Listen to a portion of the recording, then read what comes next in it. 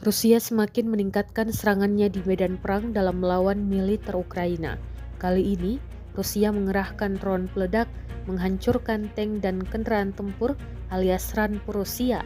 Rekaman aksi drone yang membabi buta beredar di Telegram pada Kamis 27 Juni 2024.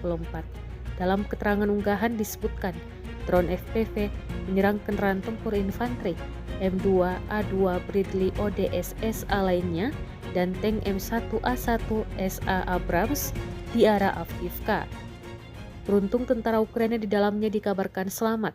Ukraina mengakui bahwa Rusia masih unggul dalam peperangan di garis depan. Pasukannya dianggap memiliki keunggulan dari berbagai lini, baik dari segi artileri, sistem udara, dan jumlah personel. Bahkan untuk drone, Ukraina mengakui kalau Rusia memiliki jauh lebih banyak.